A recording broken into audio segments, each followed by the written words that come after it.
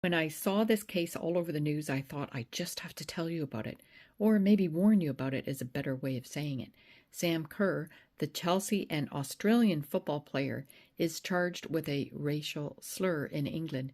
In today's video, we're going to talk all about this case. I'm going to show you some other cases, and we're going to discuss what some of the confusions are, and hopefully you'll get an understanding of the meaning of aggravated racist or racial comments and how they can result in a criminal offense. Hello, all you legal-minded friends. You know information is power, so let's get started. So you are not at risk for committing this type of offense unknowingly, because there's a lot of chitter-chatter on the internet on how what she said could be considered a racially aggravated slur. But first, let's watch a clip from Australian news to see what's going on, what the background is, all about this case. Now, I want to talk about double standards when it comes to racism. For days, we've been hearing about Sam Kerr being charged over an alleged racist incident towards a police officer in the UK. There have been multiple calls for her to step down as Matilda's captain, but now, as we know, Sam Kerr allegedly called a police officer a stupid white bastard. According to The Sun in the UK, Australia women's captain and Chelsea striker Kerr is said to have been sick in the cab after a night out. Kerr is then alleged to have unleashed a racist verbal volley when cops arrived to deal with the dispute in Twickenham, southwest London, on January 30 last year. Now, of course, we will let the courts decide what has occurred here. Was it rude? Yes. Was it racist? Potentially. I'll let you decide. And there was mixed reaction today too. It's racist. It was an emotional reaction to a situation, and we're not there. We weren't there when it happened. We don't know what the police did to her. We've got no idea really what they did. So we are judging something from a story. I must tell you that Sam Kerr has pled not guilty, and she has reportedly said that she did not call the police officer a white bastard, but a white cop. Is this a bit of potato situation? Well, it won't be a he said, she said, as the Metropolitan Police in London are issued with body-worn video cameras to all officers who come in contact with the public. And this is to provide the evidence needed in situations that have disputes just like this. So the body cam is positioned from the officer's perspective, but officers must activate them, and you should be able to see a red light flashing when the recording has been turned on. Officers will make a verbal announcement to say that they are recording. They will say, "I'm audio and video recording you," or they might even say, "I'm audio and video recording this incident," or they could even say, "Everything you say and do is being recorded." They do this to indicate to you, in my opinion, when you see this, watch what you say, as you could get further charges like what's happening in this case. And they also do this to protect themselves and to confirm what is happening. So it acts as an independent witness. So now for a conviction in the UK, there needs to be sufficient evidence to prove the hostility element, okay? Like, was there any use of derogatory language or degradation involved? And we use the Crime and Disorder Act 1998 as it was amended to define a racial group as a group of persons defined by reference to race, color, nationality, including citizenship or ethnicity or national origins. And in addition, to get a conviction, we need to consider was at the time of committing the offense, was the offense motivated wholly or partly by hostility toward the members of racial or religious groups based on their membership of that group. So here we can see that if hostility can be proved, there is no need to prove motive and vice versa. So I must add here that hostility is not defined in the legislation. And this is why When we don't have a definition in the legislation, we always refer to the ordinary dictionary interpretation. And in this case, it will include ill will, ill feeling, spite, prejudice, unfriendliness, antagonism, resentment, and dislike. In a few seconds, I'm going to show you an American police body cam, which I think illustrates what very much could have happened in the UK. However, we don't have the UK police body cam, as this case is an open case in the courts, and we have to be very careful to not prejudice that case. So that's why we're just talking about the procedures, and we're talking about what it may look like. There has been case law in the UK, and I just want to tell you about a case in 2007. So just to let you know a little bit about this case law in the UK, as it illustrates just how sensitive the offense is. Okay, so the defendant had told 3 Spanish women to go back to their own country. Now, this was when he was harassing them, and he also called them bloody foreigners. So this was enough to have that aggravated racial comment added on. So he was found guilty, and even if the victim is not bothered by the comments, the victim's reaction to the hostility is not relevant. So I thought that was important for you to know. So I will be telling you in a second what Sam Kerr's legal team is planning to reportedly argue to the courts. However, right now I think it's a good time to play a clip of an American police body cam. The backdrop is the lady you're going to see on the screen. She was injured stepping on something while she was fishing with her husband. Her husband says she got really drunk, but he felt he should take her to a clinic to get bandaged up. Okay, something about her foot. She then kind of, goes off the rails, maybe in shock, who knows, but the clinic ends up calling the police.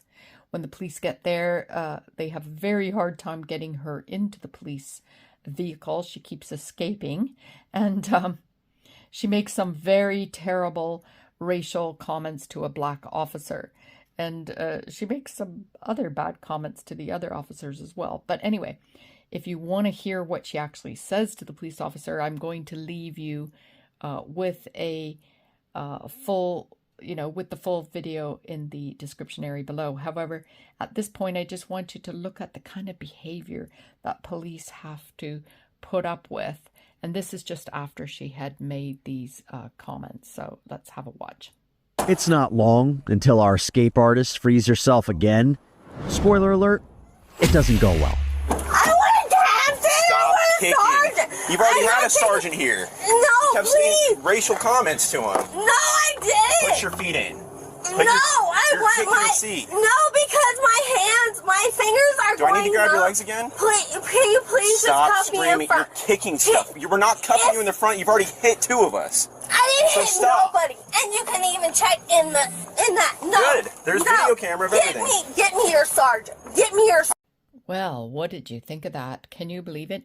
Now, I'm not saying that Sam Kerr acted this way. However, she has been reported to have been very drunk in the taxi cab, getting sick, having a disputable pang, so who knows, okay? It's just to give you a visual. Now, if a police body cam has ever been recorded on you, you can ask the police for a subject access request, because I often wonder if people ever saw what they behaved like, if, charges were dropped or whatever. So anyway, that's quite interesting. So the news is reporting that Sam Kerr's defense will make a request for the case to be thrown out because of the time it has taken. As we saw in the video that I did, where a judge did take into consideration the time it took from charge to trial. However, this was done at the sentencing stage. And I'm not too sure how that argument is going to go down with the court, because in the UK, you can only make this type of delay argument for summary only crimes, which means they can only be tried in the magistrate's court. And are relatively minor offences that must be prosecuted within 6 months. This case is being tried in the Crown Court. So in the UK, there are 3 categories of offences, and I will play another body cam from a police officer in America, which I think shows, an offense that's a minor crime, and how the offender, reacted, which I think is a perfect example of how one should behave and the benefits of behaving well when with police. So that's something to look forward to before the end of this video. So in this case against Sam Kerr in England, it is being reported as a racially aggravated disorderly behavior with intent to cause harassment, alarm, or distress. So, we could see disorderly behavior in the video I just played for you from America, so you get what that kind of looks like. And the racially aggravated part is, the stuff we talked about earlier in this video.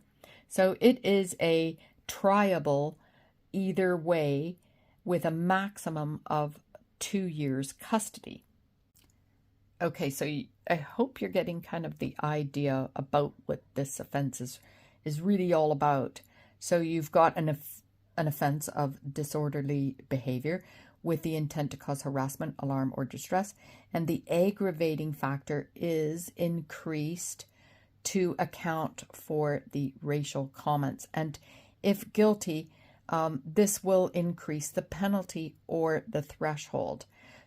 So the sentencer should also state what the sentence would be if they hadn't had the element of aggravation. Okay, so if, there wasn't that element of aggravating racial comments. Does that make sense? And so you can get kind of an understanding.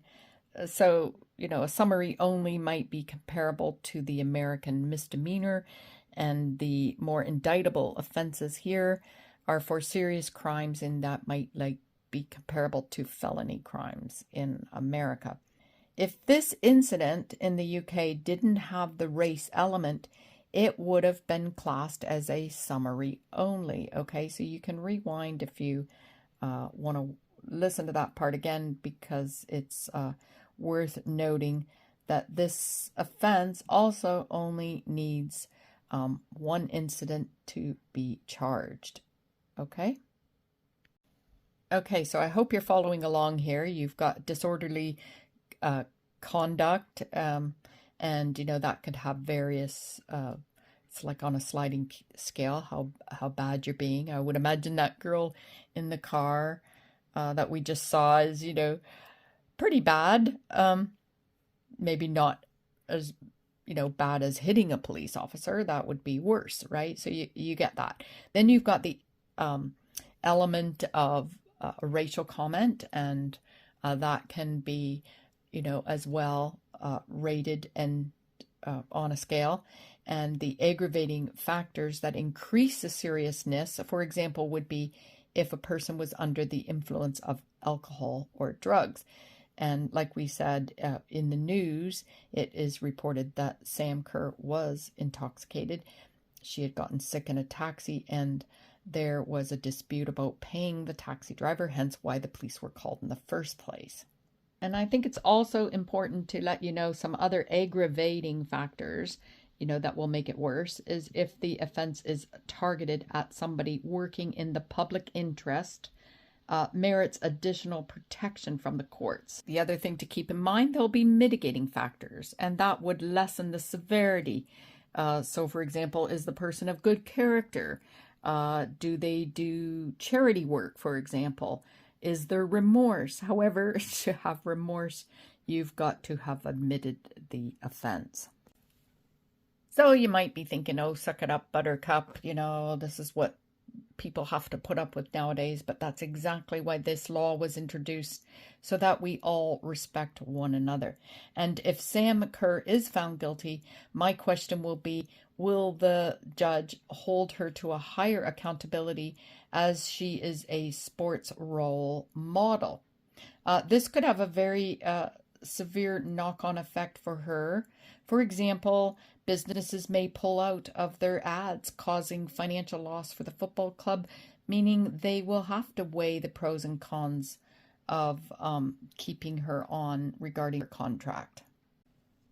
So sentencing is always at the discretion of the court within the confinements of the guidance and the guidelines, and the fines are scaled to a percentage of income. In the UK, if you plead guilty early, you can get a up to a 1/3 reduction on sentencing. As of right now, my understanding is that Sam has pled not guilty. She does have the support of her football club, and they are waiting the outcome of this criminal case. And she's currently not playing due to a sports injury. Now, as promised, I like to end on a good note for some of these cases that are, confusing and horrible. And this is one we can all learn from. It's a police body cam. Again, it's a chap in America. He was stopped because he was walking and he was clearly drunk in the early hours of the morning. The police questioned him. He cooperated.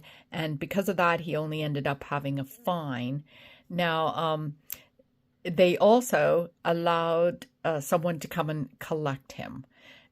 So what you're going to see next is he's in the police car, in the back of the police cab, and he is talking to the police. And it's just so moving. I just thought it's got to be the most perfect way you should behave with police, because, if you're nice to the police, they have discretion as well. So it's a good illustration on how people should act, and then the benefits could happen. So this is just before he's being driven so that his brother can come and collect him. So enjoy that. Exactly. There's positives and negatives to everything. Exactly. I know it might be hard to see the positives because of where you're at right You know now, what?